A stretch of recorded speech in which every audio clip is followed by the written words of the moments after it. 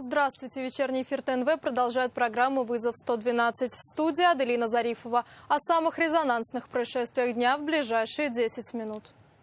Семейная пара погибла при пожаре в пригороде Набережных Челнов. Узнаем подробности и предварительные причины ночной трагедии. Ночью мне соседи разбудили, говорит, пожар. Собирай вещи. После наезда на бордюр машина взлетела над дорогой в Набережных Челнах. Я поняла, что он в каком-то странном состоянии. Чуть позже я убедилась в этом. Узнаем предварительную причину и почему водитель потерял управление над автомобилем. Мотоцикл и легковой автомобиль столкнулись в центре Казани. Увидим кадры с городских камер видеонаблюдения. Все это и не только прямо сейчас. Ночью под Набережными Челнами произошел сильный пожар. Беда случилась в садовом обществе «Урожай» Тукаевского района. Огонь унес жизнь супружеской пары 70-летней женщины и 69-летнего мужчины. По предварительным данным, причиной страшного происшествия, скорее всего, стало неисправное электрооборудование. Первые подробности в репортаже с места трагедии. Сегодня Гульсина Сагитова принесла цветы к стихийному мемориалу на месте трагедии. Женщина часто общалась с погибшей семейной парой. Дачница не скрывает слез и до сих пор не может поверить в случившееся. Все произошло ночью, когда все спали. Ночью мне соседи разбудили, говорит, пожар. Собирай вещи, машина стоит, мы поедем. Мол, я не пойму, в чем дело. Вышли. Вообще было ужасно, еще даже пожарных не было.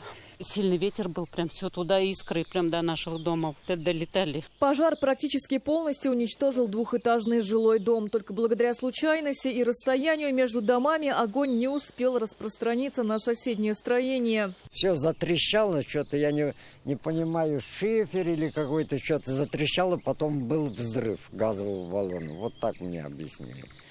Там уже все полыхало, близко подходить возможности не было.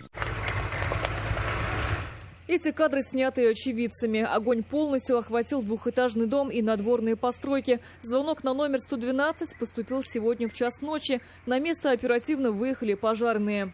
На месте пожара установлено, что объектом пожара послужило строение садового дома. Общая площадь пожара 33 квадратных метра. В результате пожара уничтожен садовый дом и отдельно стоящая баня. В ходе разбора строительных конструкций садового дома обнаружено 2 сильно обгоревших тела. Предварительной причиной трагедии могло стать нарушение правил устройства и эксплуатации электрооборудования. В огне погибли 70-летняя женщина и ее 69-летний супруг. Хорошие люди, работящие, все время тут работали. И на север они, по-моему, ездили работать. А с севера приезжали, здесь работали на огороде. Прокуратурой Тукаевского района организована проверка. Все обстоятельства случившегося предстоит выяснить дознавателям. Сирина Васильева, Эльмира Гайнуддинова, Кирилл Хабзей. Вызов 112. Еще один смертельный пожар произошел в городе Болгар. Загорелся частный дом на улице Красной. Огонь полностью уничтожил чердак, повредил имущество и саму постройку на площади 80 квадратных метров.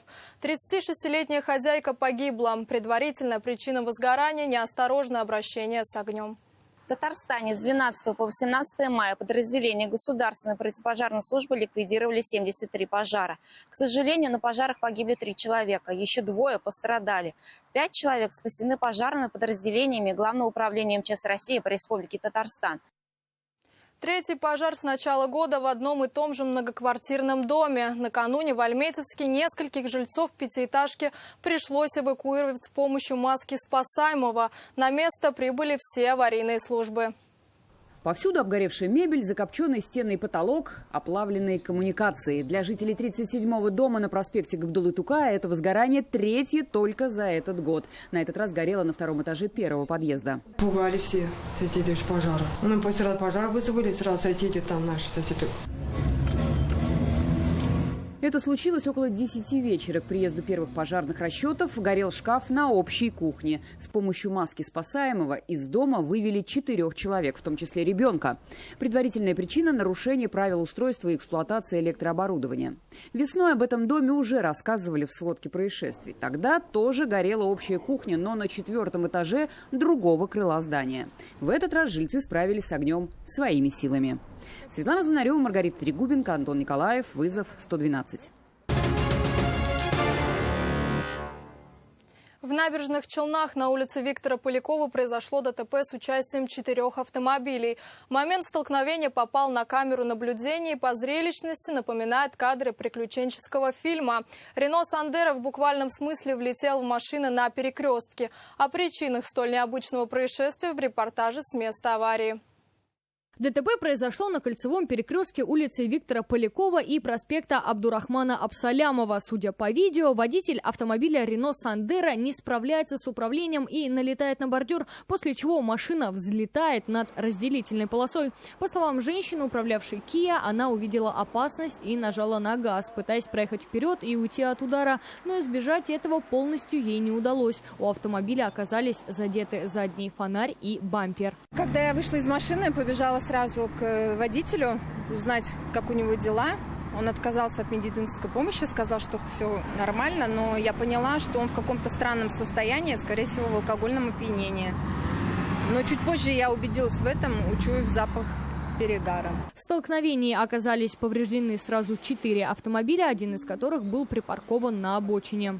Я успел просто успел. Мне так бы в бок влетел, потому что я вижу, как он не летит на меня. Просто машина позволила выстрелить, как пушка. У Рено сработала подушка безопасности. По предварительной информации, травм мужчина не получил. Не справилась с управлением. Все. А из-за чего не справились с управлением? Не выспался. Виновника ДТП направили на медосвидетельствование. Все обстоятельства произошедшего еще предстоит выяснить и установить степень виновности каждого из участников аварии. Алена Струминская, Яна Вальдю, Тимур Софронов. Вызов 112. Мотоцикл был полностью уничтожен, а байкер получил серьезные травмы после столкновения с легковым автомобилем в центре Казани. Около половины третьего оба транспортных средства двигались по Островского навстречу друг другу. Возле баскет-холла 49-летний водитель Kia Rio стал поворачивать налево, на Айдинова. При этом он не пропустил быстро двигавшийся прямо встречный мотоцикл, которым управлял 36-летний житель Казани со стажем управления мототранспортом более 3 лет. От ударов правое заднее колесо автомобиля легковушку развернуло на 90 градусов. Мотоцикл разрушился, а байкер, на котором, по предварительным данным, из защиты был только мотошлем, перевернулся в воздухе и оказался на асфальте. В результате ДТП водитель мотоцикла получил травмы различной степени тяжести и был госпитализирован в медицинское учреждение. Будьте внимательны на дорогах, соблюдайте дистанцию между транспортными средствами и скоростной режим. Это все, о чем мы успели вам рассказать. Обо всех происшествиях вы можете сообщать нам по телефону 570 50 50. В студии была Аделина Зарифова. До встречи. И не бросайте вызов судьбе. Вдруг она его примет.